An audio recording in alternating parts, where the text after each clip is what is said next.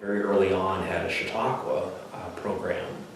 And so that was fully developed by 1885 and included, the I guess typically 2-week summer program of programs of inspiration and education. It actually started as a program for Methodist Sunday school teachers and intended to provide them inspiration and education, kind of get them pumped up again for their next session of Sunday school classes. Sure.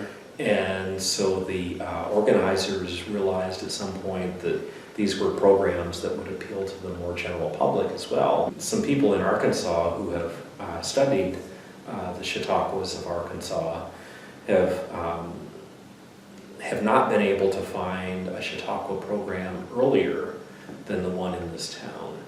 And so they've, I think it's 2 different ones that were looking into that and told me that this might actually be the first in Arkansas.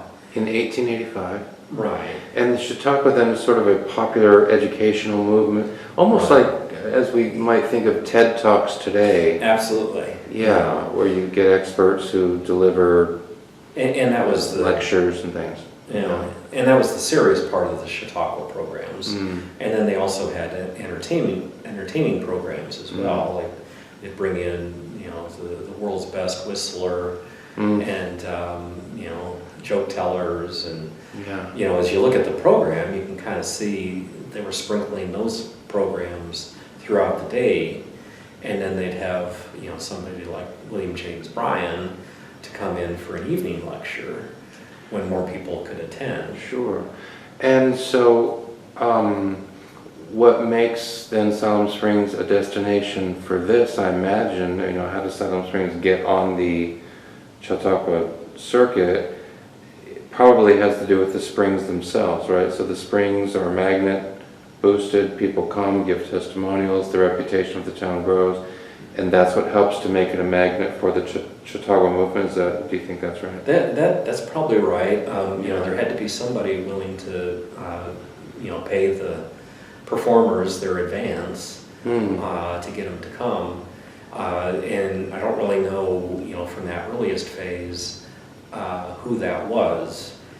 We do know that that those Chautauqua programs just ran for a few years, and and I should say the Chautauqua movement also included home study.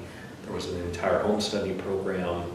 And in this collection, we have a number of the home study booklets that the students would study. And then there was a whole certification program that went along with that. The second phase, started in the early 1900s, was actually John Brown Sr., that he and John Andrews, as I've understood it, were the ones that kind of started trying to revitalize the Chautauqua. And then Fred Bartell, who's a local merchant, is really the one that ran with it and was able to develop our local Chautauqua into an entire circuit of Chautauquas. So John Brown, the founder of that university, was involved in education here in town. Oh yeah. Before that university starts. Right.